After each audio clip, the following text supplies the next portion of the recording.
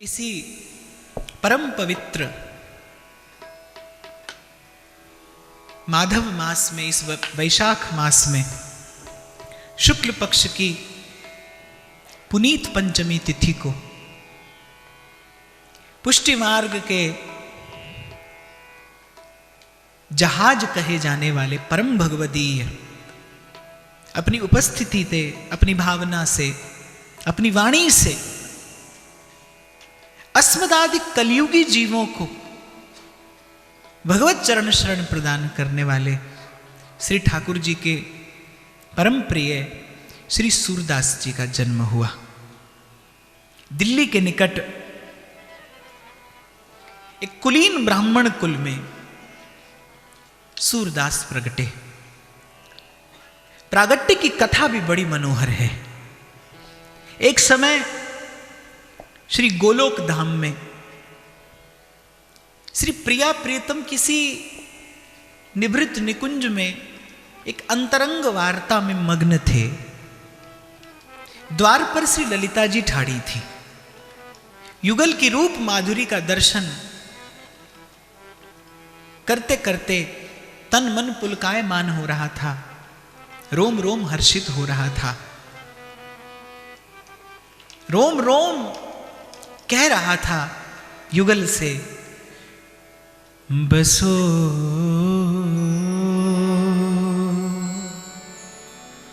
मेरे नैनन में दो चंद, बसो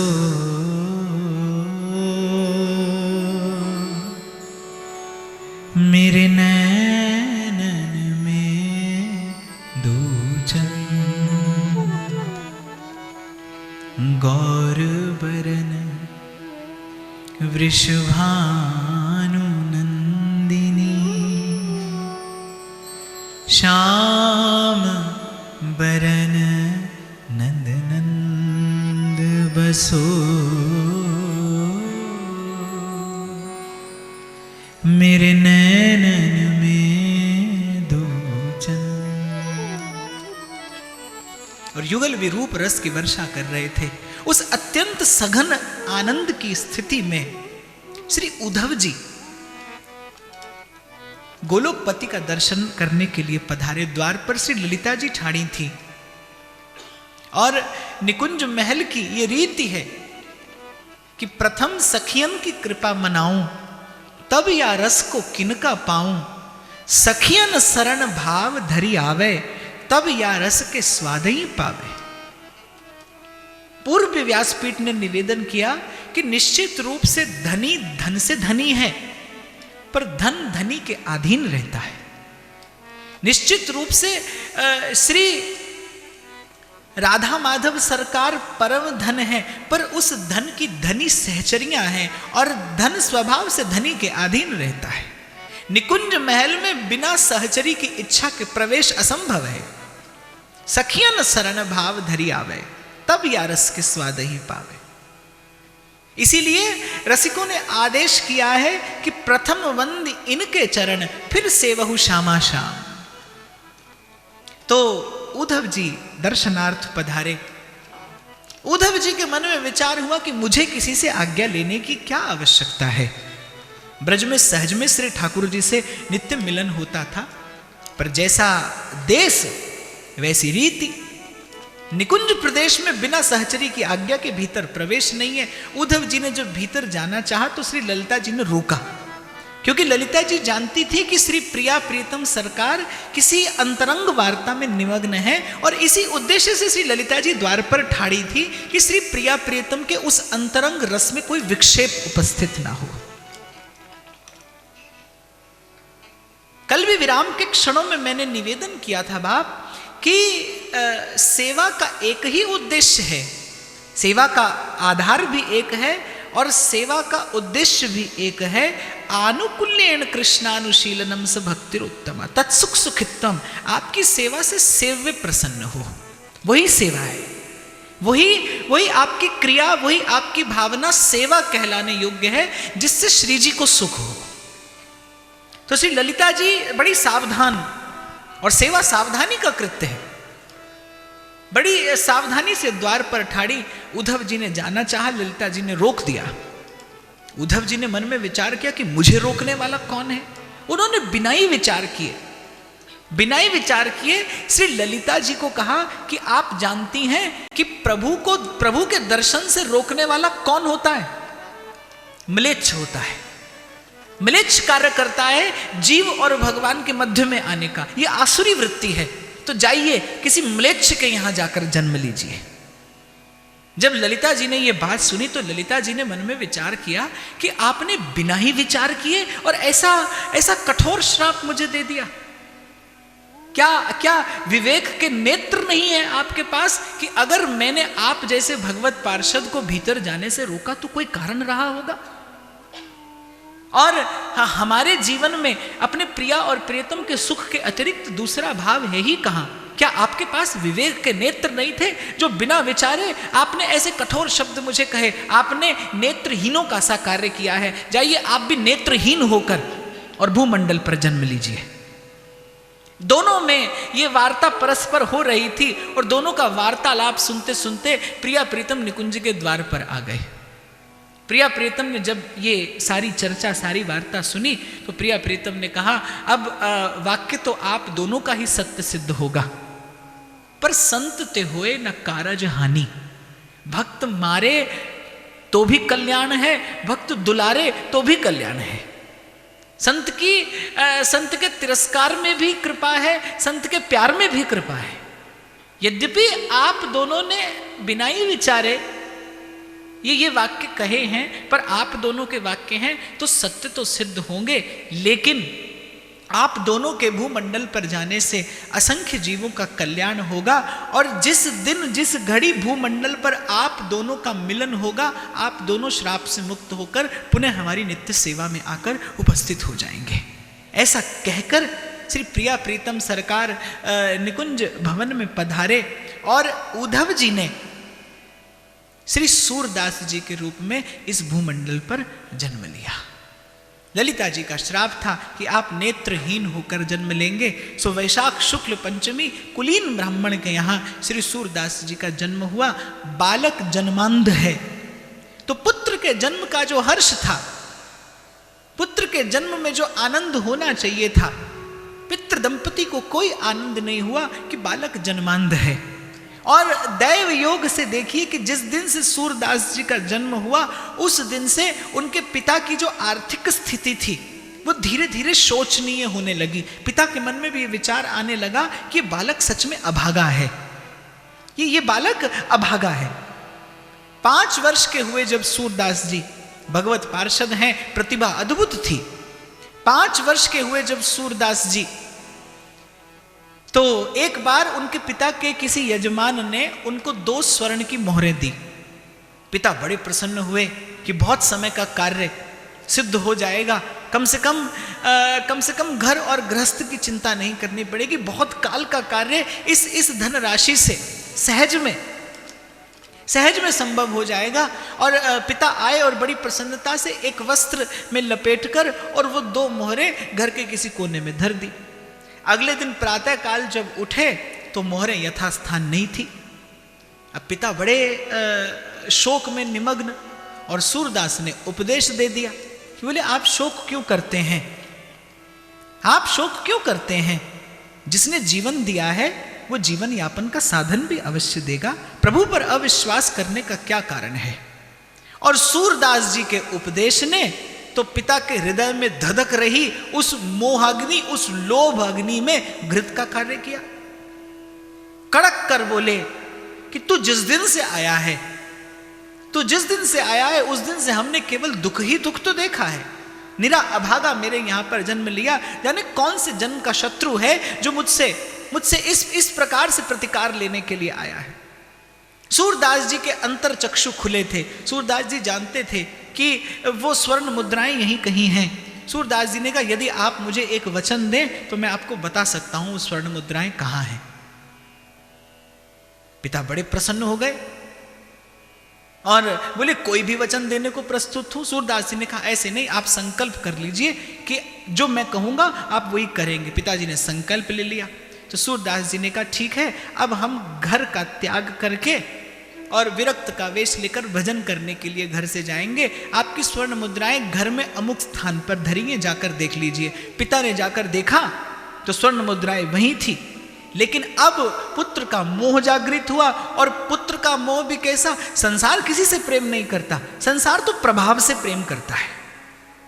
संसार का किसी से प्रेम नहीं है, संसार प्रभाव से प्रेम करता है। इसीलिए तो भगवान को कहना पड़ता है वासुदेव सर्वमिति समहात्मा सुदुर्लभा, समहात्मा सुदुर्लभा। अरे भक्त तो भगवान को भी दुर्लभ मिलता है। इसीलिए तुलसी कहते हैं संत समागम हरि कथा तुलसी दुर्लभ तो है, ये अलभ्य लाभ है। इसीलिए व्यासपीठ ने पूर्व निवेदन किया कि बुद्धिमान होकर सावधान होकर बैठिएगा, इस अवसर का लाभ लीजिएगा, क्योंकि ये कथन श्रवण एक भगवदीय की वार्ता, ये अलभ्य लाभ है, ये सहज सुगम प्राप्त होने वाला प्रसाद नहीं है, अलभ्य लाभ, भगवत कृपा, भगवत अनुग्रह है कि परिणाम स्वरूप जीवन में ये क्षण आए। तो संसार किसी से प्रेम नहीं करता। तो पिता ने कहा कि मुद्राएं तो मिल गई, अब तुम्हें जाने की क्या आवश्यकता है, और नेत्रहीन हो, नेत्र तुम्हारे पास में है नहीं, कष्ट पाओगे, कहाँ जाओगे, हम तुम्हें जाने नहीं दे सकते। तो सूरदास जी ने कहा जो खोई हुई मुद्राएं दिला सकता है वो आई हुई मुद्राएं वापस भी ले सकता है। अपने वचन से मत टलिए। आपने हाथ में गंगा का जल लेकर संकल्प किया है, आप ब्राह्मण हैं, आप कृत संकल्प हैं कि मैं जो कहूंगा आप करेंगे, सो अब मुझे जाने दीजिए। अब जब पिता ने सुना कि हाथ आई मुद्राएं चली जाएंगी, तो पिता ने विचार किया मुद्राएं जाने से अच्छा है कि यह अंधेरा चला जाए। तो पिता मौन हो गए। सूरदास जी घर से चल दिए प्रभु का एकमात्र आश्रय लेकर। और सूरदास का चलना वस्तुतः चलना है, क्योंकि ना तो वो दिशा जानते हैं, ना वो पथ जानते हैं, और ना ही चलने की सामर्थ्य है। केवल एक भाव सूरदास कहते हैं, अप बल तप बल और बाहु बल, चौथो बल है दान, सूर किशोर कृपाते सब बल हारे को हरिनाम। हरिनाम का आश्रय लिया और चल दिए। और देखा है जिसने भगवान नाम का आश्रय लिया है उसे मार्ग बनाना नहीं पड़ता, वो जहां पग धरता है उसके लिए वही मार्ग बनता चला जाता है। अपने घर से निकले और कुछ ही दूर पहुंचे थे, कुछ ही दूर पहुंचे, नदी के किनारे एक सुंदर अश्वत्थ का वृक्ष था। बस उसके नीचे आसन लगाया और भगवत चरणारविंद का ध्यान धरते धरते मानो प्रभु से मनी मन वार्तालाप करते कि प्रभु अब तो मैं चल दिया हूं और केवल आपके आश्रय पर, आपके भरोसे पर चला हूं। आपके अतिरिक्त त्रिकाल में मेरा और कोई नहीं। सर्व साधन शून्यो हम, मैं तो सर्व साधन शून्य हूं, आप सर्व सामर्थ्यवान हैं। सर्व साधन शून्यो हम, सर्व सामर्थ्यवान भवान। अब मारिए या तारिए। दीनानाथ अनाथ का भला भया संजोग, जो अब तारोगे नहीं, मेरी हंसी करेंगे लोग। और कभी हो सके तो जीवन में आनंद लेकर देखिए इस बात का। नारद जी कहते हैं भक्ति कैसी हो, अनन्यता भक्ति का बल है। अनन्यता ही भक्ति की शक्ति है, पातिव्रत ही भक्ति का तेज है। अन्याश्रयाणाम त्यागो अनन्यता, जब किसी का आश्रय ना हो। जीव यही कुटिलाई करता है, जीव यही चतुराई करता है। वो वचन से भगवान का आश्रय लेता है, लेकिन मन और कर्म से, संसार से बंधा रहता है। एक बार भगवत आश्रय लेकर आप पग बढ़ाकर देखिए। मैं आपको विश्वास दिलाता हूं, आप जहां पांव रखेंगे आपके लिए वही रास्ता बनेगा। आपके जीवन में बस एक भगवान नाम का आश्रय हो। एक अश्वत्थ वृक्ष के नीचे आसन जमाया, भगवान नाम का उच्चारण करने लगे। कुछ गांव वालों ने देखा, भोजन पानी की व्यवस्था कर दी। एक चरवाहा जिसकी भैंस कहीं खो गई थी। ढूंढते ढूंढते बड़ा चिंतित वहां सूरदास जी के निकट आकर बैठा। रोने की आवाज आई। सूरदास जी को पूछा, अरे भाई क्यों रोता है? संत हृदय नवनीत समाना। बोले महाराज ऐसे ऐसे मेरी भैंस खो गई है और बड़ा चिंतित हूं, स्वामी के पास जाऊंगा तो जाने क्या दंड मिलेगा।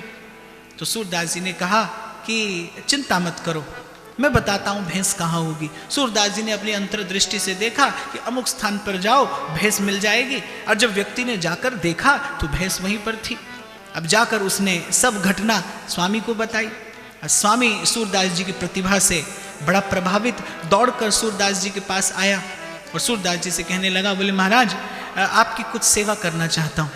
तो सूरदास जी ने मन में विचार किया, हमें तो किसी सेवा की कोई आवश्यकता नहीं। बोले आपको सेवा की आवश्यकता पड़े और मैं सेवा करूं, ये तो कोई आवश्यक नहीं। संत की सेवा की आवश्यकता संत को नहीं, संत की सेवा की आवश्यकता जीव को होती है। सूरदास जी की चिंता जगदीश को हुई, बानक बना दिया।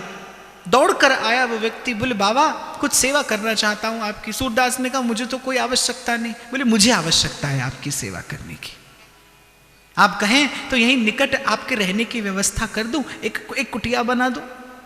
सूरदास मौन हो गए। उस व्यक्ति ने वहीं जमुना के किनारे उस वृक्ष के नीचे कुटिया बना दी। घर से दूर एकांत में सूरदास जी का भजन भी बढ़ने लगा, पर भजन के साथ साथ सूरदास की ख्याति भी बढ़ने लगी। क्यों? क्योंकि संसार ने चमत्कार देख लिया था और संसार चमत्कार को नमस्कार करता है। इसलिए भक्त कभी अपने जीवन में यथासंभव चमत्कार नहीं दिखाता। चाहों और बड़ी प्रशस्ति होने लगी सूरदास की। सूरदास भी सुख लेने लगे, सूरदास भी रस लेने लगे। सूरदास से सूर स्वामी हो गए। स्वामी के नाम से चाहूं और सूरदास की ख्याति हो गई। देखना बाप, भजन के पथ पे आगे बढ़ो तो ऊंची पद प्रतिष्ठा मिल रही है या भीतर का आनंद मिल रहा है, ये दोनों बात पर दृष्टि रखना, और आपके अतिरिक्त कोई और रख नहीं पाएगा। भगवान को सूरदास जी की चिंता हुई कि मेरे आश्रय से चला था, ये मेरे भरोसे से चला था, अगर ये भटकता है तो मेरा अपयश होगा। एक दिन सूरदास जी की विचार शक्ति जगी, कृपा हुई और विचार शक्ति जगी और मन में विचार करने लगे, अरे सूर क्या इसीलिए घर से निकला था? क्या इसीलिए घर संसार का त्याग किया था कि गृहस्थ के, घर के, संसार के कुछ बंधन छोड़े और इतने बंधन अपने साथ बांध लिए? इतने बंधन अपने साथ बांध लिए? क्या यही माया एकत्रित करने के लिए घर से चला था? बड़ी घृणा हुई अपने आप से, अपने जीवन से। पश्चाताप की अग्नि हृदय में जलने लगी, नेत्रों से जल प्रवाहित होने लगा। मन निर्मल हुआ, मन निर्मल हुआ और उस स्थान का उसी क्षण परित्याग करके और चल दिए। अब की बार प्रभु ने कृपा की थी, अब की बार प्रभु ने बाह पकड़ी थी, तो चलते चलते पहुंचे कहां? जय जय श्यामा, जय जय श्याम, जय जय श्री वृंदावन। ब्रज भूमि आकर पहुंचे और मथुरा के निकट गौ घाट पर रहने लगे। कंठ बड़ा मधुर था, कंठ बड़ा मधुर था। बड़े सुंदर शब्दों में भगवत गुणानुवाद किया करते थे, अपनी विनती कह कहकर प्रभु को सुनाया करते थे। शाम घन कब बरसोगे, शाम घन कब बरसोगे। गा गा कर भगवान को रिझाते कि प्रभु कब कृपा करेंगे, जब आपके श्री चरणारविंद की सन्निधि में मुझे बाह पकड़ के ले जाने वाला कोई आ जाएगा। क्योंकि मैंने देख लिया है, मैं आपको खोजने निकला था, पाने आपको निकला था और कुछ और पाकर प्रसन्न हो बैठा। अब समझ गया हूं, ऊंची डोढ़ी मेरे साहेब की, मुझसे उतरो चढ़ो न जा।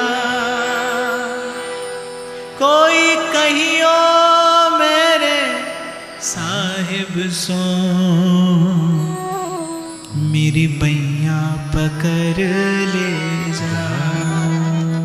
तो आपके द्वार पर आकर थका हारा एक पथिक, ये जन्म जन्मांतरों की तृषा लिए ये चकित थकित पथिक आपके द्वार पर आकर बैठा है।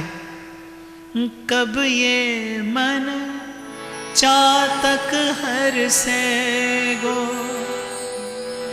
कब ये मन चातक हर से गो, रूप सुधारस पाए श्याम घन, कब बरसोगे आ। श्री जमुना जी से अपने हृदय की पीड़ा निवेदन की। और यहां तो भूमिका बन रही थी, क्योंकि वहां से श्री महाप्रभु चल दिए थे सब परिवार ब्रज धाम की यात्रा करके, और श्री गिरिराज गोवर्धन पर पधार कर गोवर्धन नाथ का दर्शन करने के लिए गौ घाट पर श्री सूरदास जी विराजे हैं। और कुछ दिन के बाद सूरदास जी को सूचना मिलती है, शुभ सूचना मिलती है कि श्रीमद् वल्लभाचार्य महाप्रभु का शुभ आगमन हुआ है, मंगलमय आगमन हुआ है। सूरदास जी ने किसी प्रकार से सेवकों से निवेदन किया, यदि एक बार श्री आचार्य चरण की कुछ क्षण की सन्निधि दास को प्राप्त हो जाए तो। सेवकों ने व्यवस्था कर दी और आचार्य चरण से कह दिया कि सूरदास जी का कंठ अत्यंत सुमधुर है, संगीत शास्त्र में निष्णात हैं, बहुत सुंदर गायन करते हैं। और जब श्री सूरदास जी सन्मुख हुए श्री महाप्रभु जी के, तो श्री महाप्रभु जी ने कहा, आपके कंठ की, आपकी संगीत विद्या की बड़ी प्रशस्ति सुनी है, कुछ गाइए। और सूरदास जी ने प्रथम पद श्री महाप्रभु जी के सन्मुख कहा, सब पतितन को नायक हो तो, सब पतितन को नायक को कर सके बराबरी मेरी, को कर सके बराबरी मेरी, और को है इस लायक हो तो, सब पतितन को नायक। पद पूर्ण हुआ। श्री महाप्रभु ने कहा कुछ और सुनाइए। सूरदास जी ने दूसरा पद कहा, सब पतितन को राजा हो तो, सब पतितन को राजा। दैन्यपूर्ण ये उक्ति भी पूर्ण हुई और श्री महाप्रभु ने कहा कुछ और कहेंगे। और सूरदास जी पुनः रोते और गाते, कौन कुटिल खल कामी मौसम, कौन कुटिल खल कामी, जिस तन दियो ताहि बिसरायो, जिस तन दियो ताहि बिसरायो, ऐसी नमक हरामी मौसम, कौन कुटिल खल। इससे पहले ये पद पूर्ण होता, विगलित हो गया करुणा सागर का हृदय। कृपानाथ व्याकुल हो उठे, सूरदास जी से कहने लगे, अरे आंधरे, सूर है कि क्यों इतनो घिघियाए रहे हो है, कछु ठाकुर को जस गा। सूरदास जी आशु कवि हैं, बहुत ध्यान से सुनिए। ये घटना अपने आप में उपासना का एक बड़ा अद्भुत सिद्धांत समेटे हुए है। सूरदास जी मिले, महाप्रभु ने कुछ सुनाने को कहा। सूरदास जी आशु कवि हैं, चाहते तो झटपट एक कविता रचते और सुना देते, लेकिन सूरदास जी ने ऐसा नहीं किया। अपना परिचय दिया है, कौन हूं, कैसा हूं, पर निपट निगोड़ो दास तिहारो, सो प्रभु अंत समय सुध लीजियो। रो पड़े सूरदास, पद गाते हैं और रोते हैं। कृपानाथ का हृदय विगलित हुआ। तीसरा पद सूरदास गा रहे थे, बीच में रोक दिया श्री महाप्रभु ने, अरे आंधरे, ये सुर है कि ऐसो घिघियाए रहे हो है, कछु ठाकुर को जस गा। और फपक फपक कर रो पड़े सूरदास। श्री चरणों की रेणु से अपना मस्तक मंडित कर लिया।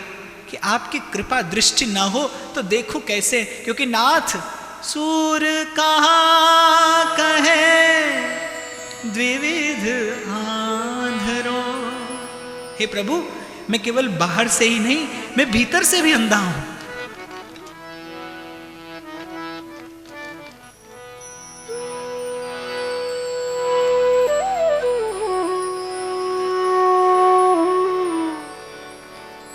सूर कहाँ कहे द्विविध आंधरो, बिना मोल कोचे।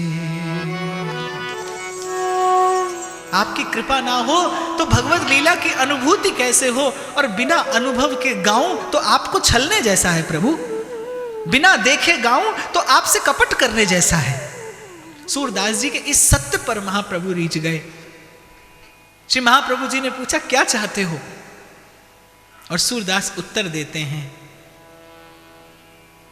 नाचो थक्यो गोपाल अब मैं,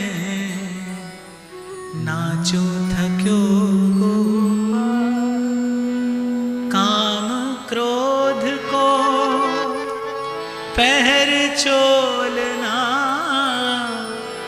काम क्रोध को पहर चोलना, कंठ विषय की माल अब तो नाचो थक्यो। हे प्रभु, आपका ये दास अब थक कर हार कर, मैं सब ओर से हार कर आपके चरणों के शरण में आया हूं। और अंतिम पंक्ति सूरदास ने कही, सूरदास की सबे अविद्या, सूरदास की सबे अविद्या, बेग हरो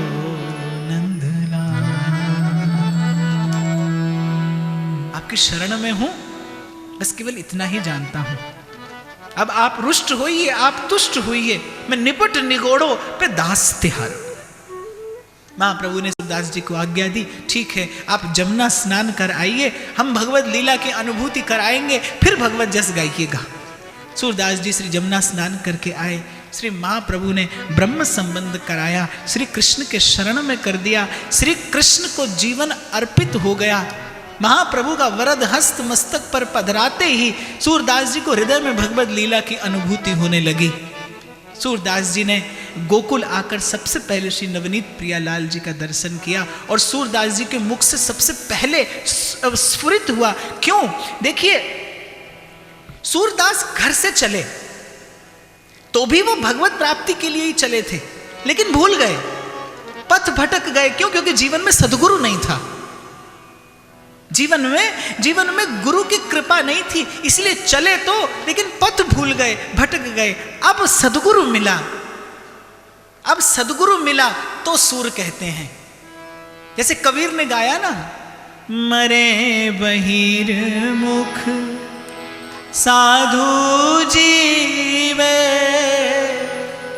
भर भर नाम रसायन पीवे, हमको मिला जियावन हारा, हम ना मरे मरी है संसार, मुहे सुहागन कीन्ही, सुहागन कीन्ही, सुहागन कीन्ही, मोहे सुहागन कीन्ही रे, मुझसे ना मिले। अब सद्गुरु मिले, बड़े भाग्य मैं सतगुरु पाया, मन की दुविधा दूर भगाई, जो वस्तु मैं ढूंढी जग में सो वस्तु घट भीतर महाप्रभु का कर स्पर्श होते ही सूरदास जी को हृदय में भगवत लीला की अनुभूति होने लगी। महाप्रभु ने जीवन कृष्ण अर्पित किया। अब सूर स्वामी से फिर सूरदास हो गए। सूर घर से निकला था, संसार ने सूर स्वामी तो बना दिया लेकिन प्रभु से दूर कर दिया। प्रभु की कृपा हुई, सदगुरु के चरणों में ला रखा और सदगुरु की कृपा हुई और सूरदास हुआ। अहो हरे तव पादैकमूल दासानुदासो भवितास्मि भू। और पूर्व व्यासपीठ से चर्चा हुई थी, आपको स्मरण हो तो भक्ति दैन्य के आसन पर विराजमान होती है। श्री गोसाई विठल नाथ जी तो राधाकांत से विनय करते हैं, ये दैन्यम तत्कृपा हेतुर न तदस्ति ममान्वपि। हे गोकुलेश, आपकी कृपा का एक ही तो हेतु है, एक ही गुण पर रीझ कर तो आप कृपा करते हैं और वो दैन्य है। और वो तद दैन्यम, वो दैन्य मुझ में अणु मात्र भी नहीं है। आपकी कृपा हो, गुरुजनों की कृपा हो तो मेरा मन, मेरा चित्त आपको धारण करने के योग्य हो जाए। सूरदास सूर स्वामी से सूरदास हो गए। हृदय में दैन्य के आसन पर सदगुरु की कृपा से भक्ति प्रतिष्ठित हो गई। श्री गोकुल आकर श्री महाप्रभु ने सर्वप्रथम श्री नवनीत प्रियालाल जी का दर्शन कराया और सूरदास के हृदय से जो भाव प्रकट हुआ, इससे पूर्व सूरदास ने प्रार्थना की थी, स्तुति की थी, विनती की थी। आज सदगुरु की कृपा हुई है, सदगुरु से प्रेम प्रसादी पाई है, प्रेम भरी वाणी प्रकट हुई। रानी तेरो चिरजीवे गोपाल, रानी तेरो चिरजीवे गोपाल। लाला को आशीष दिया, भगवत लीला स्फुरित होने लगी। सूरदास जी के संगीत में प्रेम के स्वर मिल गए, प्रेम के राग आलाप तान मिल गए, सूर रस के सागर हो गए। खूब भगवत यश गाते। श्रीनाथ जी की कीर्तन सेवा में श्री महाप्रभु जी ने उनको नियुक्त किया। और आप तो जानते ही हैं कि हमारे श्री जी बाबा राग और भोग के ठाकुर हैं। यहाँ राग और भोग दोनों एक साथ चलता है। हमारे यहाँ भी स्वामी हरिदास जी महाराज कहते हैं, श्री हरिदास के स्वामी श्यामा कुंज बिहारी संगीत संगी। भोग चूके तो चलेगा, राग चूके तो नहीं चलता है। संगीत संगी क्योंकि रास बिहारी हैं, गायन वादन और नृत्य। रसम राधायाम भजती किल भावम ब्रजमणो। रस मूर्ति श्री प्रिया जी और भाव मूर्ति श्री लाल जी, और इन दोनों से युक्त प्रेम का संगीत, यही नित्य निकुंज की शोभा है। तो सूरदास रिझाते श्रीनाथ जी को सुंदर सुंदर पद रचना करके, सुंदर सुंदर गान तान तरंग से अपने लाडले लाल को रिझाते। बड़ी अद्भुत बात थी, जैसा श्रीनाथ जी का श्रृंगार होता वैसा सूरदास जी पद रचना करके सुना देते। तो एक बार गोस्वामी बालकों के मन में ऐसा भाव आया कि कहीं सूरदास जी किसी से जान तो नहीं लेते। सूरदास जी किसी से पूछ लेते हों, आशु कवि तो है ही, किसी से श्रृंगार पूछ लेते होंगे और तत्काल कविता रच के गा देते होंगे। तो सूरदास जी की परीक्षा करनी चाहिए। तो श्री गोसाई जी ने मना किया कि किसी भगवदीय की परीक्षा करना ठीक नहीं, पर बालक थे, बालहट था, नहीं माने। जेठ का महीना था तो श्री जी बाबा का बड़ा अद्भुत श्रृंगार उस दिन किया गया। कैसे? जेठ का महीना था, बड़ा अद्भुत श्रृंगार किया, और जब पट खुला श्रृंगार के समय श्री सूरदास जी कीर्तन के लिए उपस्थित थे। और जैसे ही दर्शन किया, सूरदास जी बार बार बलिहारी लेते हैं, प्यारे आपकी जय हो, प्यारे आपकी जय हो। किसी ने पूछा, सूरदास जी आज बड़े प्रसन्न हो रहे हो? तो बोले आज की बनक और की और। बोले सो कैसे? पूछा, बोले सूरदास जी सो कैसे? तो सूरदास जी ने झट से गाया, देखेरी हरि नंगम नंगा, देखेरी हरि नंगम नंगा, जलसुत भूषण अंग विराजत, जल सुत भूषण अंग विराजत, बसनहीन छवि उठत तरंगा। आहा, आज की बनक और की और देखे री हरि नंगम नंगा।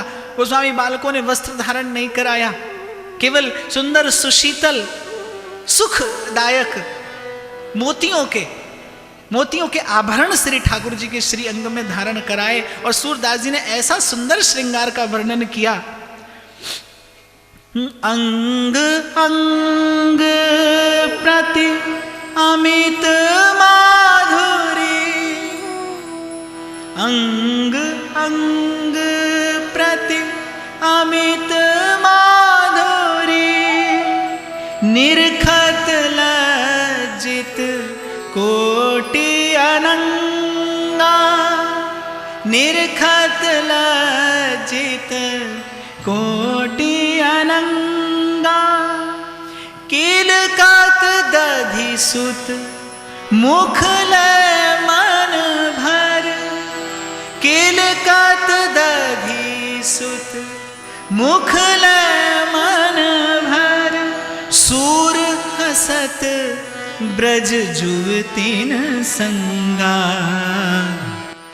देखेरी हरि नंगम नंगा, देखेरी हरि नंगम नंगा, जल सुत भूषण अंग विराजत, जल सुत भूषण अंग विराजत, जल सुत भूषण अंग विराजत, जल सुत भूषण अंग विराजत, बसनहीन छवि उठत तरंगा, बसनहीन छवि उठत तरंगा, देखेरी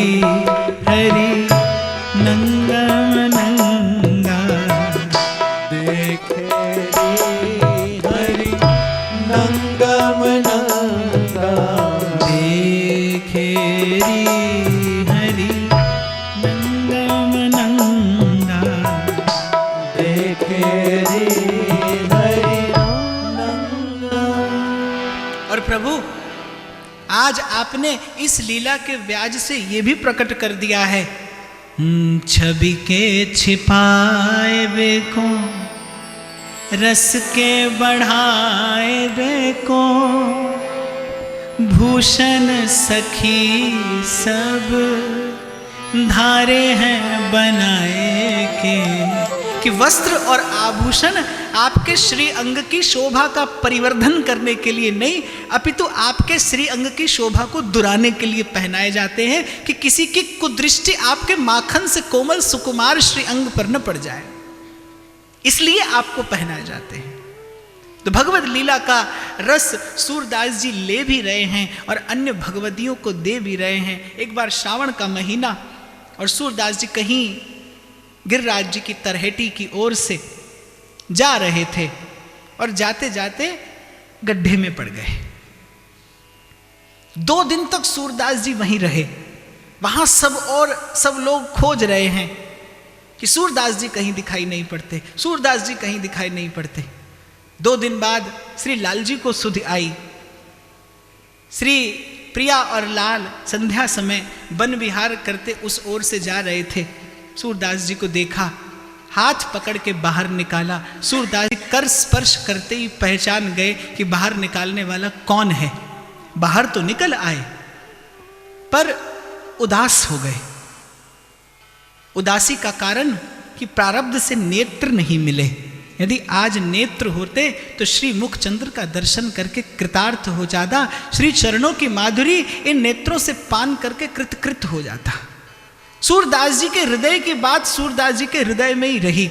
वर्षा ऋतु थी, पावस ऋतु चहूं और आली उमड़ घन घुमड़ बरसे, बूंदन परत फुहार, जसन नन नन थरर कांपे मनवालर जे, झींगुर बोलत झननन झननन, आली उमड़ घन घुमड़ बरसे। कहीं किसी सघन कुंज में सूरदास जी बैठे और सूरदास जी को प्रतीत हुआ कि प्रियालाल कुछ सुनना चाहते हैं, कुछ श्रवण करना चाहते हैं।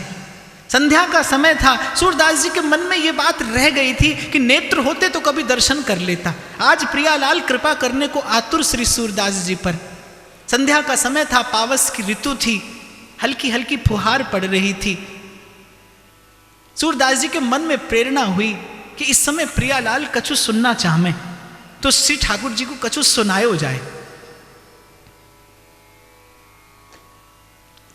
जिनके पंख को मुकुट बनत है,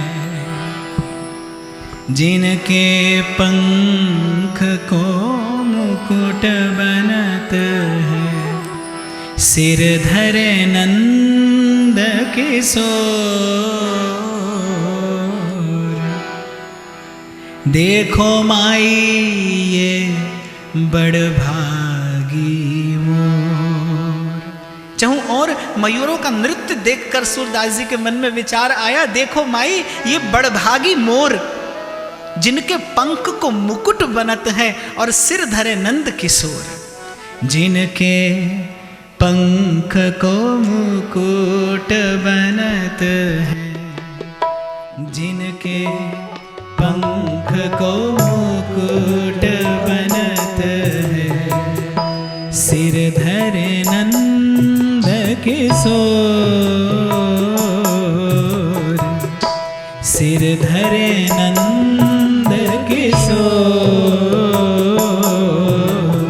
देखो माई ये बड़ भागी मोर, देखो माई ये बड़ भागी मोर।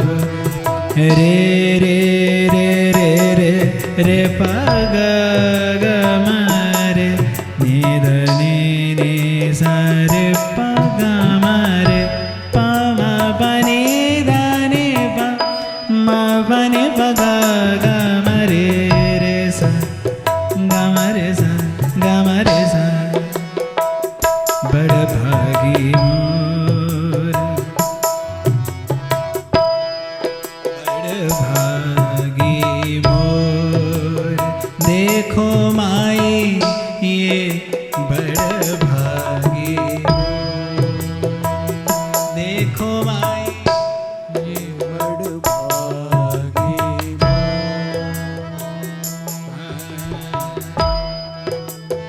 जिनके मुकुट धरत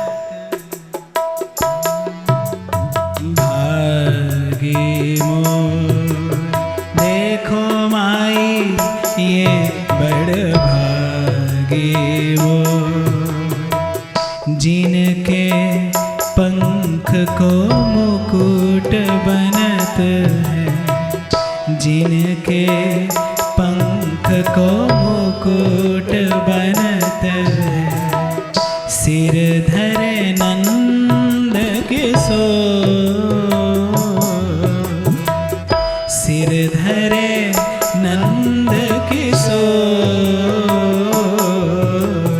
देखो माई बड़ भागी मोर, देखो माई ये बड़ भागी मोर। ब्रह्मादिक सनकादिक नारद, ब्रह्मादिक सनकादिक नारद, ठाणे हैं कर जोर, ठाणे हैं कर जोर।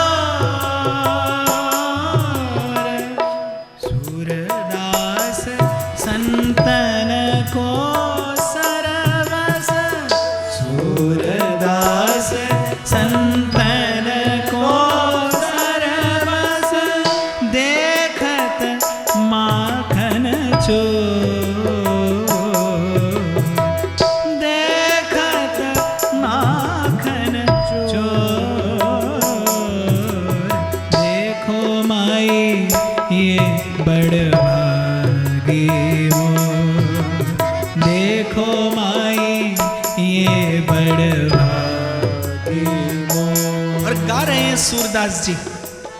चहुं ओर से निकुंज मंडल अनुकूल हो गया। सूरदास जी की स्वर लहरियों में थाप देने लगे कौन?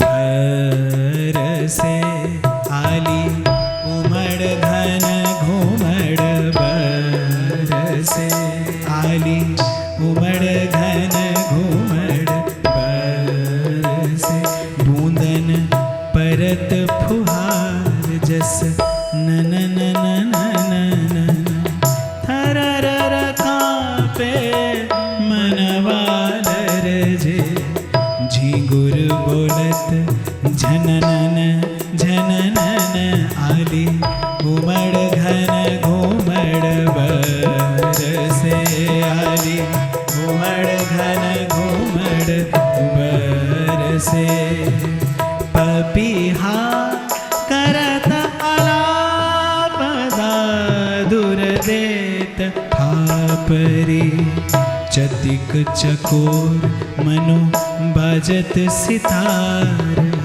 मोर नाचत जन करत सोररी, ताता छोम छोम छन दारा दिर दिर दार दार दिर, दारा दिर दिर दार दार दिर, दारा दिर दिर दार दार दिर, उमड़ घन घुमड़, बरसे आली उमड़ घन घुमड़, बरसे आली उमड़ घन घुमड़, बरसे सा सा मा रे रे पा पा मा पा नि धा नि नि सा नि नि सा नि सा नि नि सा रे सा मा रे सा रे सा नि सा नि धा नि नि सा, सा धा नि प मा प ग ग म रे सा प ग म रे सा प ग म रे सा प ग म रे सा, उमड़ घन घुमड़, बरसे आली उमड़ घन घुमड़, बरसे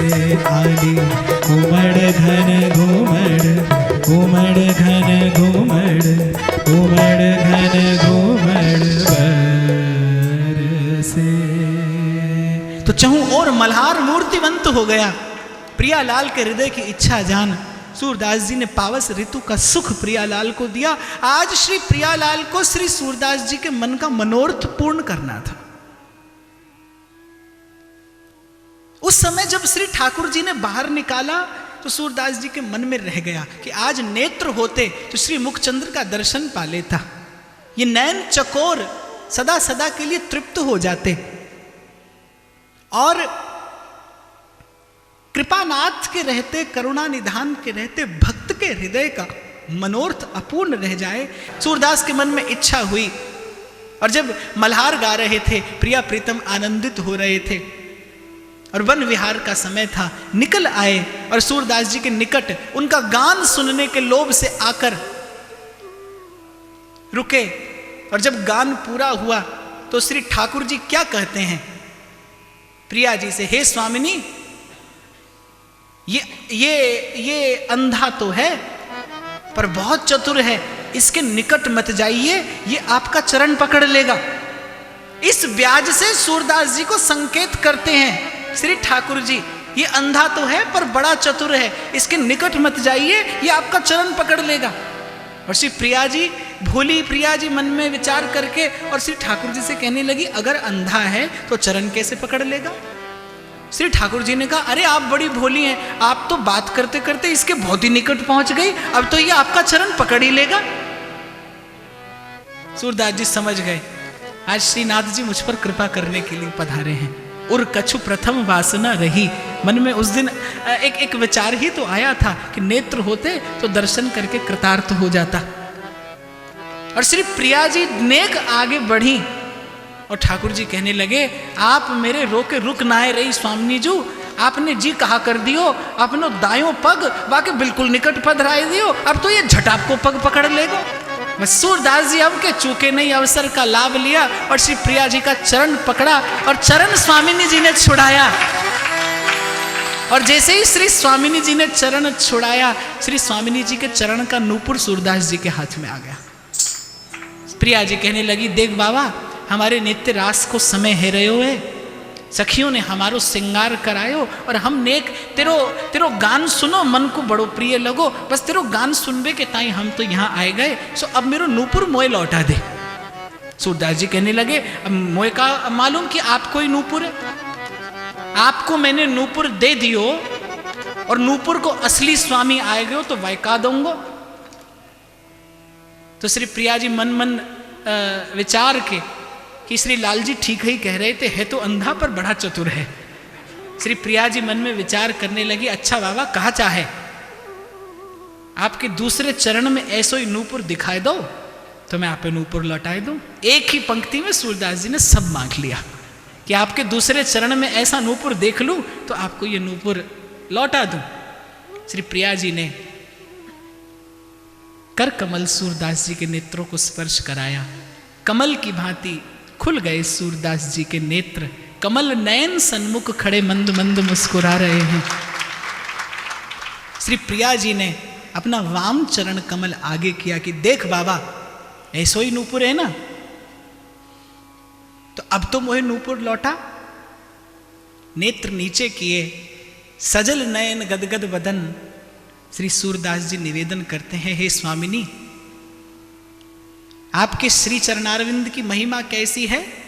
ब्रह्मेश्वरादि सुदुरूह पदारविंद श्रीमत् पराग परमाद्भुत वैभवाय। ब्रह्मादिकों को आपके चरण कमल अगम्य है, दुरूह है। यो ब्रह्मरुद्र शुक नारद भीष्म मुख्यैरालक्षितो न सहसा पुरुषस्य तस्य, वो परम पुरुष आपके निकट खड़े हैं। श्री हितरिवंश महाप्रभु तो कहते हैं धर्माद्यर्थ चतुष्टयम विजयताम किम तद्वृथा वार्तया सैकांतेश्वर भक्ति योग पदवी त्वारोपिता मूर्धनी, कि कुछ भी करके गोप्यैक भावाश्रया, एकमात्र यही वो भाव है जिससे श्री प्रिया जी के चरण रेणु कणिका प्राप्त करने का अधिकार प्राप्त हो सकता है। अन्यथा यद वृंदावन मात्र गोचरम हो न श्रुतिकम शिरोप्यारोढ़ क्षमते न यद शिव शुकादीनाम तो यद ध्यान अगम। हे स्वामिनी आपके उस ब्रह्मादिकों को दुरूह चरण कमल का मैंने दर्शन पाया है, चरण कमलों के दर्शन का कुछ प्रसाद नहीं मिलेगा। श्री प्रिया जी ने कहा बाबा यूं तो चरण कमल को दर्शन ही प्रसाद है, सब साधनन को फल इन चरणन को दर्शन ही तो है, पर तूने मांगो है तो बता कहा चाहे। तो सूरदास जी ने कहा आपके चरण कमल के दर्शन के उपरांत एक ही भाव तो मन में रह सकता है, लाडली सेवा में लीजो किशोरी अपनी कर लीजो, जग जंजाल छुड़ाए वास वृंदावन को दे किशोरी इतना तो कीजो, लाडली इतना तो कीजो, जग जंजाल छुड़ाए वृंदावन को दीजो। आप सन्मुख विराजें और मैं आपके चरण कमल में नूपुर पधराने की सेवा कर दूं, बस इतना मेरे मन का मनोरथ है। श्री प्रिया जी ने कृपा कर दी, श्री सूरदास जी ने चरण कमल में नूपुर पधराया और जब प्रियालाल जाने को हुए तो सूरदास जी ने कहा मन की एक और इच्छा है। तो श्री ठाकुर जी ने कहा आपको कुछ भी अदेय नहीं है, श्री स्वामिनी जी के चरण युगल का दर्शन आपने पाया है, अब आपको क्या अदेय रहा, निसंकोच होकर कहिए। सूरदास जी ने कहा आप दोनों संकल्प करिए कि मैं जो मांगूंगा आप देंगे। श्री ठाकुर जी ने कहा कि बाबा हम पर संशय है, बोले आप पर संशय नहीं है, पर फिर भी मेरा मनोरथ पूर्ण करने के लिए, मेरे मन की बात रखने के लिए आप त्रिवाचा संकल्प करिए कि मैं जो मांगूंगा आप देंगे। श्री ठाकुर जी ने और श्री प्रिया जी ने वंशी हाथ में ली और सूरदास जी के सन्मुख संकल्प कर दिया बाबा जो कहेगा सो देंगे। सूरदास जी ने कहा स्वामिनी ये यूं तो आपको प्रसाद है, पर मेरी दृष्टता को क्षमा करियो, ये नेत्र आपने दिए, इन नेत्रन को संग ले जाओ। ऐसो क्यों बाबा, तूने तो बड़े मनोरथ से नेत्र पाए हैं, ये नेत्रन को क्यों लौटाना चाहे।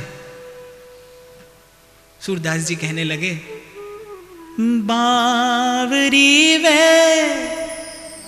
अखियां जर जाए, जो सांवरो छाड़ निहारे गो। रसना कटों जो अनरटों, निरख अनफुटों ने। श्रवण फुटों जो अनसुनो, बिन राधा जस वे। अब आपको देख लेने के बाद अब किसी और को देखने की मन में इच्छा नहीं है। किसे नजर मिला तुम्हें देखने के बाद, किस किस को सर झुका तुम्हें देखने के बाद। फूलों की ताजगी में तारों की रोशनी,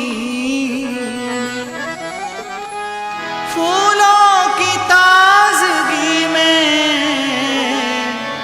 तारों की रोशनी में, जो बात तुमने देखी नहीं किसी, किस किस को सर झुका तुम्हें देखने के बाद।